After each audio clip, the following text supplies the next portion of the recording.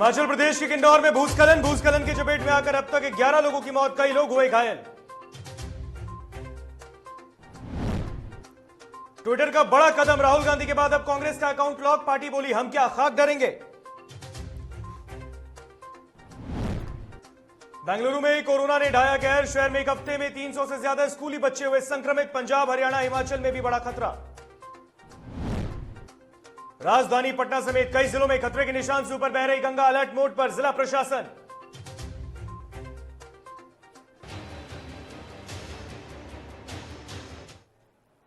नमस्कार, आप देख रहे हैं डीटीवी भारत और मैं हूं आपके साथ ऋतिक। खबरें विस्तार से। हिमाचल प्रदेश के किन्नौर जिले में बीते दिन एक बस और अन्य वाहनों के भूस्खलन की चपेट में आने से अब तक 11 लोगों की मौत की पुष्टि है, तो वहीं 13 अन्य को बचा लिया गया है, जबकि अभी भी करीब 50 लोग जो है वो मलबे में दबे होने की उनकी आशंका जताई जा रही है। इस भूस्खलन का एक वीडियो सामने आया है और इसमें दिखा कि पहले तो पहाड़ से पत्थर नीचे नदी में गिरे, उसके बाद पहाड़ का एक बड़ा हिस्सा NH5 पर और नदी में गिर जाता है, जिसके बाद ये भीषण भूस्खलन हुआ, जिसमें कि अब तक 11 लोगों की मौत की पुष्टि हुई है।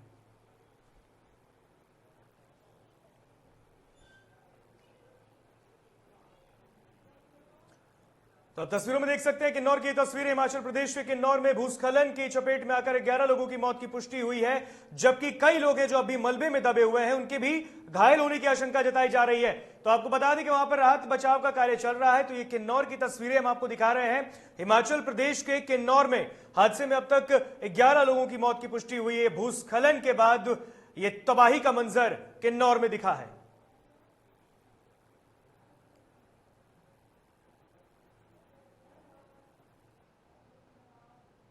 राहुल गांधी और कांग्रेस के कई अन्य नेताओं के बाद अब ट्विटर ने कांग्रेस के आधिकारिक ट्विटर अकाउंट को ही लॉक कर दिया।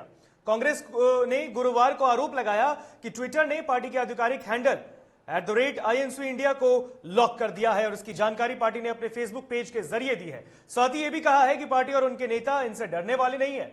माना जा रहा है कि ट्विटर ने नियमों के उल्लंघन को लेकर यह कार्रवाई की है। सोशल मीडिया कंपनी इससे पहले भी इस तरह की कार्रवाई राहुल गांधी समेत कई कांग्रेसी नेताओं के खिलाफ कर चुकी है। तो कांग्रेस ने अपने लॉक किए गए ट्विटर अकाउंट का स्क्रीनशॉट लेकर फेसबुक पर शेयर किया है और लिखा है कि जब हमारे नेताओं को जेलों में बंद कर दिया गया, हम तब नहीं डरे, तो अब ट्विटर अकाउंट बंद करने से क्या हक डरेंगे। हम कांग्रेस हैं, जनता का संदेश है, हम लड़ेंगे, लड़ते रहेंगे। अगर बलात्कार पीड़िता बच्ची को न्याय दिलाने के लिए आवाज उठाना अपराध है, तो यह अपराध हम 100 बार करेंगे। जय हिंद, सत्यमेव जयते। और इस खबर पर अधिक जानकारी के लिए हमारे साथ हमारे सहयोगी अभिषेक फोन लाइन पर जुड़ चुके हैं। अभिषेक, जहां एक तरफ ट्विटर इतना बड़ा कदम उठा रहा है, राहुल गांधी का ट्विटर अकाउंट लॉक किया गया, इसके बाद 5 अन्य नेताओं का, जिसमें रणदीप सुरजेवाला भी है, कांग्रेस के बड़े नेता हैं, उनका भी ट्विटर अकाउंट लॉक हुआ है और अब कांग्रेस का ही आधिकारिक ट्विटर हैंडल लॉक कर दिया गया है। जी बिल्कुल, कांग्रेस का आधिकारिक ट्विटर हैंडल लॉक कर दिया गया है और इससे पहले बहुत नाराजगी है, राहुल गांधी का ट्विटर हैंडल लॉक किया गया है और कांग्रेस के नेता, बिहार कांग्रेस के नेता भी अगर पहले तो नाराज हैं। देश भर में कांग्रेस नेताओं में नाराजगी है और ये कहा जा रहा है कि पीएम मोदी से केंद्र की सरकार, पीएम मोदी और केंद्र की सरकार डर गई है कांग्रेस से, और पीएम मोदी और केंद्र की सरकार से ट्विटर डर गई है। इस तरह की बात कही जा रही है। कांग्रेसी नेताओं के इस तरह के बयान सामने आ रहे हैं और दरअसल मामला आप जानते हैं, दिल्ली में एक 9 साल की बच्ची के साथ दुष्कर्म हुआ था, हम लगातार बता भी रहे हैं, और फिर हत्या के मामले में उसके परिवार से मुलाकात की थी राहुल गांधी ने, और राहुल गांधी ने इस मुलाकात की तस्वीर ट्विटर पर साझा की थी। इसको लेकर भी काफी बवाल हुआ था। ऐसा कहा जा रहा है, ऐसा माना जा रहा है कि ट्विटर के नियमों का उल्लंघन किया गया है। क्या लगता है आपको, ये ट्विटर के नियमों का उल्लंघन है? देखिए, कांग्रेस का तर्क यह है कि आमतौर पर जब ट्विटर के नियमों का उल्लंघन भी होता है तो 24 से 48 घंटों के बाद अकाउंट रिकवर हो जाता है, यानी कि वापस व्यक्ति ट्वीट कर सकता है। लेकिन इस तरह का जो मामला है राहुल गांधी के मामले में, इस तरह की बात नहीं है। उनका ट्विटर अकाउंट पिछले कई दिनों से पहले, पिछले कई घंटों से पहले, जो कि आमतौर पर होता नहीं है, बंद है। तो इसको लेकर कांग्रेस के नेताओं में नाराजगी है, कांग्रेस में नाराजगी है और ये कहा जा रहा है कि केंद्र सरकार और बीजेपी डर गई है और केंद्र सरकार और बीजेपी के इशारे पर ट्विटर इंडिया ये सब कर रहा है। चलिए अभिषेक, बिल्कुल तमाम जानकारी के लिए बहुत बहुत शुक्रिया आपका। तो बता दें कि ये ट्विटर का बहुत बड़ा कदम है। आपको बता दें कि कांग्रेस के नेता, पूर्व अध्यक्ष राहुल गांधी का भी अकाउंट लॉक कर दिया गया, जिसके बाद अब कांग्रेस का भी आधिकारिक ट्विटर हैंडल लॉक कर दिया गया है, जिसके बाद कांग्रेस ने अपने फेसबुक पेज पर इसका विरोध किया है और केंद्र सरकार के खिलाफ भी विरोध प्रदर्शन किया है। चलिए बढ़ते खबरों में आगे। देश में कोरोना वायरस का कहर अभी पूरी तरह से खत्म नहीं हुआ। कोरोना की दूसरी लहर अभी पूरी तरह से खत्म ही नहीं हुई कि तीसरी लहर ने दस्तक देना भी शुरू कर दिया है। देश के कई राज्यों में एक तरफ जहां पाबंदियों को खोलना जारी है, तो कुछ जगहों पर नए मामलों की बढ़ती संख्या चिंता बढ़ा रही है। सबसे अहम बात यह है कि अब स्कूल खुल जाने के कारण बच्चों पर खतरा मंडरा रहा है। कर्नाटक के बेंगलुरु में ऐसा ही नतीजा देखने को मिला है। कोरोना वायरस के मामले कम होने के बाद कई जगह स्कूल कॉलेज खोल दिए गए। कर्नाटक के बेंगलुरु में भी ऐसा ही हुआ, लेकिन हाल ही में जारी आंकड़ों से जो तस्वीर निकलकर सामने आई वो डराने वाली है। यहां करीब 6 दिनों में, यानी कि करीब एक हफ्ते में 300 से ज्यादा बच्चे कोरोना की चपेट में पाए गए हैं। बता दें आपको कि अब देश में स्कूल को खोलने की प्रक्रिया जारी है। स्कूल को और कॉलेजों को खोला जा रहा है। जिस तरीके से अब कोरोना के मामले कम हो रहे हैं, इसको लेकर यह फैसला लिया गया है। लेकिन ये बेंगलुरु में, जो कि कर्नाटक के बेंगलुरु में ऐसा मामला सामने आया है कि 6 दिन के अंदर स्कूली बच्चे जो हैं, 300 से अधिक बच्चे कोरोना से संक्रमित पाए गए हैं। तो ऐसे में इन बच्चों के लिए परेशानी का सबब है और ऐसे में सरकार के लिए चिंता का विषय है कि जब तीसरी संभावित लहर के बीच स्कूल को खोला जा रहा है, तो आखिर बच्चे संक्रमित क्यों हो रहे हैं। भारतीय अंतरिक्ष अनुसंधान संगठन यानी कि इसरो का GSLV F10 EOS 03 mission fail हो गया है। श्रीहरिकोटा स्थित सतीश धवन अंतरिक्ष केंद्र से आज सुबह 5:43 पर GSLV F10 के जरिए धरती पर निगरानी रखने वाले उपग्रह EOS 03 को लॉन्च किया गया। हालांकि कुछ देर बाद यह फेल हो गया। इसरो ने बताया कि मिशन आंशिक रूप से विफल रहा है। इसरो के मुताबिक अगर मिशन सफल होता तो सुबह करीब 10:30 बजे यह उपग्रह भारत की तस्वीरें लेना शुरू कर देता। बता दें कि फरवरी में ब्राजील के भू अवलोकन उपग्रह एमेजोनिया 1 और 18 अन्य छोटे उपग्रहों के प्रक्षेपण के बाद साल 2021 में इसरो का यह दूसरा प्रक्षेपण था। होता है EOS 3 mission could not be fully accomplished, mainly because there is a technical anomaly observed in cryogenic stage. This I wanted to tell to all my friends. EOS 3 चलिए बढ़ते हैं अब बिहार की तरफ। पटना स्थित भारतीय जनता पार्टी के प्रदेश कार्यालय में आज एक प्रेस वार्ता का आयोजन किया गया, जिसका नेतृत्व खुद प्रदेश अध्यक्ष डॉक्टर संजय जायसवाल ने किया है। इस दौरान संजय जायसवाल ने कहा कि भारतीय जनता पार्टी के द्वारा एक आशीर्वाद यात्रा निकाली जाएगी, जिसमें केंद्रीय मंत्री आरके सिंह मौजूद रहेंगे और इस यात्रा का शुभारंभ गया से शुरू होगा और इसका समापन भोजपुर के आरा में होगा। बता दें कि यात्रा 3 दिन की होगी। तो वहीं इस आशीर्वाद यात्रा में बिहार के दोनों डिप्टी सीएम यानी कि तारकिशोर प्रसाद और रेणु देवी भी मौजूद रहेंगे। बता दें कि पटना में आज बीजेपी कार्यालय में प्रेस वार्ता का आयोजन किया गया और इस दौरान बीजेपी प्रदेश अध्यक्ष डॉक्टर संजय जायसवाल ने यह बात बताई है, जानकारी दी है कि बीजेपी आशीर्वाद यात्रा निकालेगी। केंद्रीय मंत्री आरके सिंह इस यात्रा में होंगे और इस यात्रा को गया से शुरू करके आरा तक ले जाया जाएगा।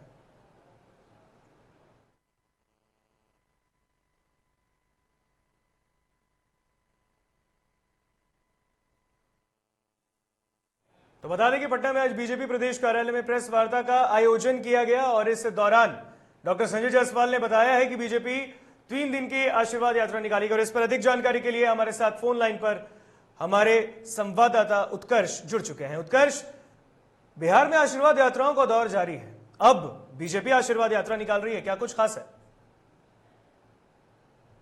आशीर्वाद यात्रा निकाल रही है। इससे पहले लोक जनशक्ति पार्टी के जो संस्थापक हैं चिराग पासवान, माफ करें, जो राष्ट्रीय अध्यक्ष हैं चिराग पासवान, उन्होंने भी आशीर्वाद यात्रा निकाली थी। इसके बाद अब बीजेपी भी आशीर्वाद यात्रा निकाल रही है। कारण सिर्फ यही है कि जिस तरीके से बिहार से मंत्री रह चुके हैं आरके सिन्हा, पहले वो स्वतंत्र प्रभार में थे, अब उन्हें केंद्र मंत्रिमंडल में हिस्सा मिल गया है। उसको लेकर एक आशीर्वाद यात्रा निकाली जा रही है, जो कि गया से लेकर आरा, जहां उनका गृह जिला है, वहां तक निकाली जाएगी। ये 3 दिन की यात्रा है, जिसमें बिहार के दोनों उप मुख्यमंत्री भी शामिल होंगे। ऋतिक, बिल्कुल। और ये 3 दिन की जो यात्रा है, इसमें और क्या कुछ खास है, क्योंकि आशीर्वाद यात्रा निकाली जा रही है, आखिर इस आशीर्वाद यात्रा की जरूरत क्या पड़ी है भारतीय जनता पार्टी को, ये जानना चाहेंगे। जी बिल्कुल ऋतिक, डॉक्टर संजय जायसवाल ने साफ तौर पर कहा है कि बिहार में जिस तरीके से बीजेपी दूसरे नंबर की पार्टी बन गई है और जितना वोट उन्हें मिला है, लोगों का, जनता का प्यार मिला है, उसको लेकर एक आशीर्वाद यात्रा उन्होंने निकालने की बात कही है, जो कि 16, 17 और 18 को निकाली जाएगी। जो पहला चरण होगा, पहला दिन वो गया और औरंगाबाद होगा, दूसरा दिन सासाराम, भभुआ और तीसरा दिन बक्सर और आरा में निकाला जाएगा। इसमें खुद पार्टी के जो प्रदेश अध्यक्ष है डॉक्टर संजय जायसवाल, वो भी मौजूद रहेंगे। बिल्कुल, और आपसे एक सवाल अंतिम जानना चाहेंगे उत्कर्ष, क्योंकि आज प्रेस कॉन्फ्रेंस किया गया है, संजय जायसवाल ने कहा है कि आशीर्वाद यात्रा 3 दिन की होगी। क्या लगता है ये पार्टी संगठन की मजबूती को लेकर तो ऐसा नहीं हो रहा है? क्योंकि अगर आप देखें तो एक तरफ लोजपा के जो राष्ट्रीय अध्यक्ष हैं चिराग पासवान, वो आशीर्वाद यात्रा निकाल रहे हैं, और इस तरफ भारतीय जनता पार्टी का आशीर्वाद यात्रा निकालना, जनता के बीच जाने का मकसद। जी बिल्कुल, भारतीय जनता पार्टी का एकमात्र मकसद बच गया है अब कि बिहार में अपने पार्टी को काफी ज्यादा मजबूत करना है, क्योंकि एक तरफ जब आज बिहार में एनडीए की सरकार है तो कहीं ना कहीं बीजेपी जो दूसरे नंबर की पार्टी बनी है वो जनता के आशीर्वाद की वजह से, इसको लेकर अब संजय जायसवाल पार्टी को और मजबूत करना चाहते हैं। इसको लेकर एक आशीर्वाद यात्रा निकाल रहे हैं और साथ ही साथ हर सोमवार से जो लगातार अब मंत्रियों का बैठक चलता है, लोगों से मिलते हैं, तो कहीं ना कहीं पार्टी संगठन को मजबूत करने की जरूर कवायद की जा रही है। बिल्कुल उत्कर्ष, तमाम जानकारी के लिए बहुत बहुत शुक्रिया आपका। तो बता दें आपको कि अब भारतीय जनता पार्टी 3 दिन की आशीर्वाद यात्रा निकाल रही है, जो कि 16, 17, 18 होगा, और इसके बारे में जानकारी दी है प्रदेश अध्यक्ष भारतीय जनता पार्टी के प्रदेश अध्यक्ष डॉक्टर संजय जायसवाल ने। खबरों में आगे, बिहार में स्थानीय निकायों के सफाई कर्मी हड़ताल पर है। बिहार लोकल बॉडीज कर्मचारी संयुक्त संघर्ष मोर्चा ने प्रधान सचिव को अल्टीमेटम दिया है, जिसमें 12 सूत्री मांगों को लेकर अनिश्चितकालीन हड़ताल पर वे बैठे हुए हैं, और ऐसे में मजबूरन लोग सड़कों पर कचरा जमा कर रहे हैं। इधर नगर आयुक्त ने हड़ताल में शामिल दैनिक सफाई कर्मियों को 24 घंटे में काम पर वापस लौटने का अल्टीमेटम दिया है। नगर आयुक्त ने कहा कि निर्धारित समय पर काम पर वापस नहीं लौटने पर उनकी सेवा समाप्त कर दी जाएगी।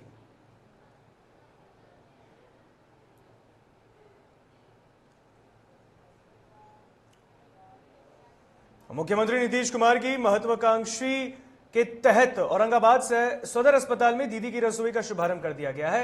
वहीं आपको बता दें तो वहीं औरंगाबाद जिला पदाधिकारी ने फीता काटकर उसका उद्घाटन किया है। बता दें कि दीदी की रसोई के माध्यम से अस्पताल में भर्ती सभी मरीजों को मुफ्त में तीनों टाइम पौष्टिक और स्वादिष्ट भोजन दिया जाएगा। जिला पदाधिकारी सौरभ जोरवाल ने बताया कि मुख्यमंत्री नीतीश कुमार की महत्वाकांक्षी योजना के तहत दीदी की रसोई का शुभारंभ किया गया है, जहां अब महिलाएं सशक्त और सक्षम भी होंगी।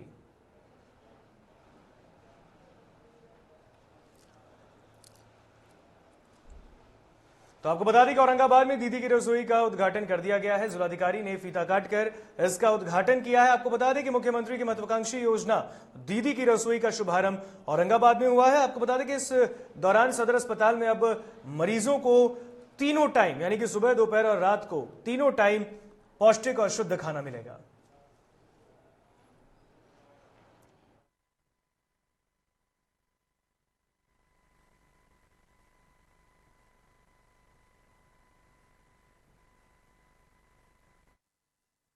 मुजफ्फरपुर में एसएसपी जयंतकांत की कार्रवाई में कई पुलिस कर्मियों पर गाज गिरी है। आपको बता दें कि पुलिस ने कई कांडों के निष्पादन में शामिल कोताही बरतने जाने को लेकर 5 अधिकारियों को गिरफ्तार किया है। आपको बता दें कि इस दौरान उन्हें निलंबित भी किया गया है।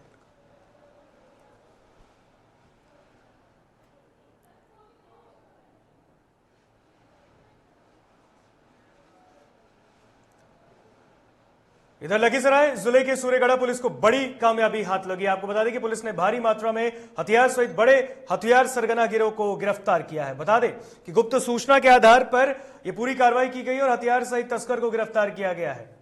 तो वहीं आपको बता दें कि लखीसराय के सूर्यगढ़ा बाजार में इस पूरी कार्रवाई को अंजाम दिया गया। आपको बता दें कि पुलिस अधीक्षक सुशील कुमार ने प्रेस कॉन्फ्रेंस में बताया कि गिरफ्तार अपराधियों से पूछताछ फिलहाल की जा रही है।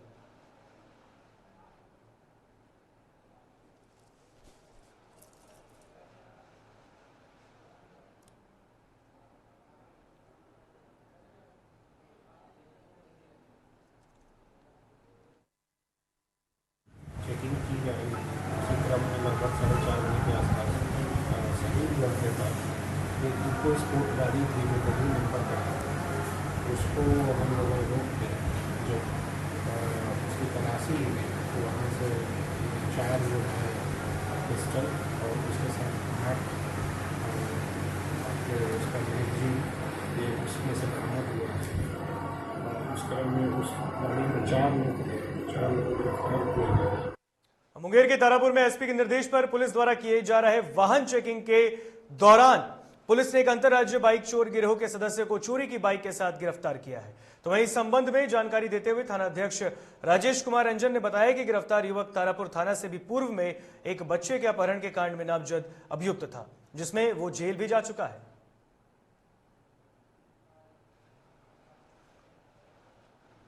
और आपको बता दें कि मुजफ्फरपुर में एसएसपी ने सभी डीएसपी और सभी थानेदारों के साथ क्राइम मीटिंग की है और आगामी पंचायत चुनाव को लेकर कई निर्देश दिए हैं। डीएसपी ने कहा कि पंचायत चुनाव के संभावित उम्मीदवारों की एक गतिविधि पर पुलिस की पैनी निगाह रखी जाए। खासकर वोट के लिए शराब और रुपए का खेल खेलने वाले प्रत्याशी को चुनाव से पहले ही गिरफ्तार किया जाएगा। पंचायत चुनाव में बड़े पैमाने पर शराब मंगाया जा सकता है और इसके लिए अभी से ही पुलिस गांव में सूचना जुटाएगी। क्राइम मीटिंग में जिले के सभी वरीय पुलिस अधिकारियों के साथ सभी इंस्पेक्टर और थानेदार मौजूद रहे।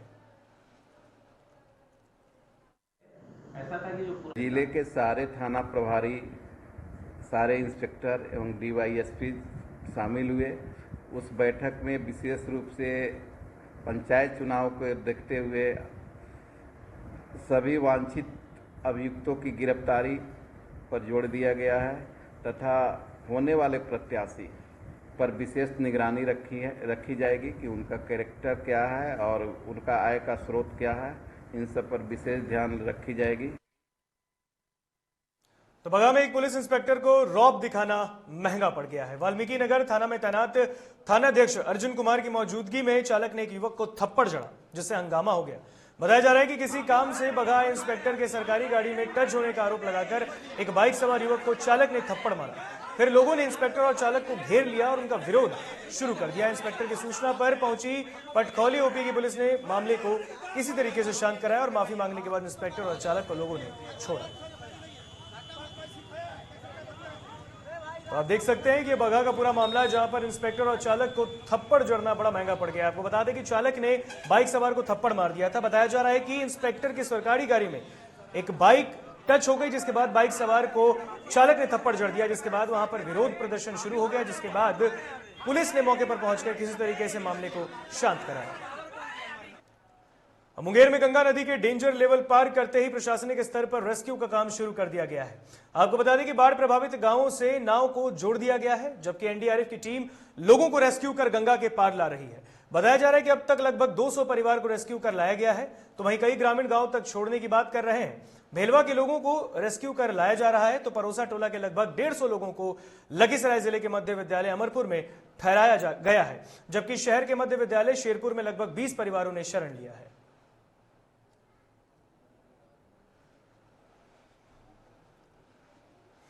जस्ट गंगा खतरे के निशान से ऊपर आ रही हैं और जो अभी फोरकास्ट है उसके अनुसार अभी जो राइजिंग ट्रेंड है और ये अभी बढ़ेगा। मे भी 2019 का जो हमारा जल स्तर रहा है हाईएस्ट, उसको भी टच करे जी। अभी 7 डेज का है कि 7 डेज अभी वो बढ़ेगा, जल स्तर बढ़ेगा, उसके बाद काफ़ी फोरकास्ट आएगा। हम लोग ने सारी व्यवस्था यहाँ कर ली है। 4 जो हमारे राहत आपदा केंद्र हैं वो फंक्शनल हो रहे हैं, जहाँ पे 2 पे लोग आ गए हैं। अमरपुर उच्च विद्यालय अमरपुर और मध्य विद्यालय शेरपुर, वहाँ पे लोग आ गए हैं। वहाँ पे हम लोग कल से कम्युनिटी किचन प्रारंभ कराएंगे और साथ ही साथ जो रेस्क्यू करना है लोगों को या इवैक्यूएट करना है, उसके लिए लगातार नाव चल रही है। एनडीआरएफ भी हमारी सक्रिय है। बिहार में गंगा, कोसी, पुनपुन, बूढ़ी गंडक, सोन और बागमती जैसी नदियां पूरी तरीके से उफान पर हैं। कई जगहों पर एनएच पर पानी बढ़ गया है। आपको बता दें कि उफनाई नदियां अपना दायरा तोड़कर सड़कों, गांवों और खेतों में फैलती जा रही है। तो पटना में भी गंगा खतरे के निशान से 73 सेंटीमीटर के ऊपर फैल रही है और बह रही है। और ऐसे में जिला प्रशासन ने बुडको को सभी सम्प हाउस को लगातार चालू रखने और उसकी निगरानी करने का निर्देश दिया है।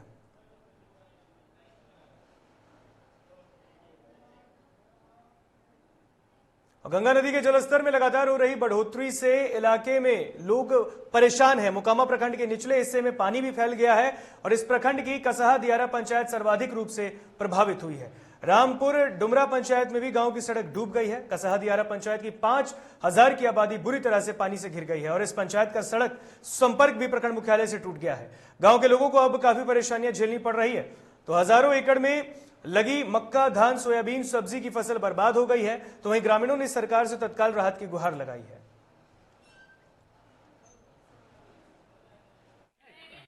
पूरा गंगा के पानी से कसा पंचायत में पूरे एकदम जल जमा हो गया है और मक्का का फसल जो है सब बर्बाद हो गया है। और यहाँ कोई कर्मचारी साहब देखने के लिए भी नहीं आ रहा है। यहाँ आदमी मर रहा है, डूब रहा है, कोई व्यवस्था नहीं यहाँ पर है। बिहार में बाढ़ की स्थिति दिन प्रतिदिन गंभीर होती जा रही है। लगातार हो रही बारिश और गंगा नदी के बढ़ते जलस्तर के कारण जिले के कई प्रखंड क्षेत्र में बाढ़ जैसी स्थिति है। और ये तस्वीर वैशाली जिले के सहदेव प्रखंड क्षेत्र के गनियारी गांव की है, जहां गंगा नदी से सटे हजारों लोगों के इस गांव में पानी ने अपना प्रकोप दिखा दिया है। चारों तरफ जलमग्न दिख रहा ये गांव अपने हाल पर तरस खा रहा है, तो वहीं यहाँ के ग्रामीण अपनी बदहाली पर यहाँ के ग्रामीण ऊंचे स्थानों पर शरण ले चुके हैं।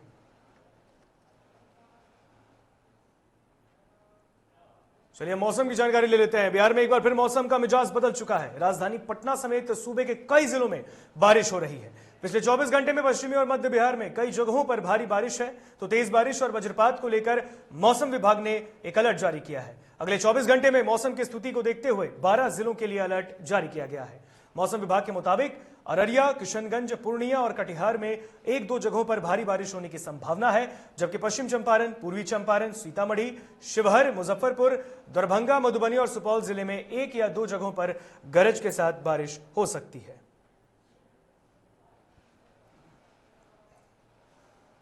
फिलहाल खबरों में इतना ही। मुझे दीजिए इजाजत। देखते रहिए DTV भारत। नमस्कार।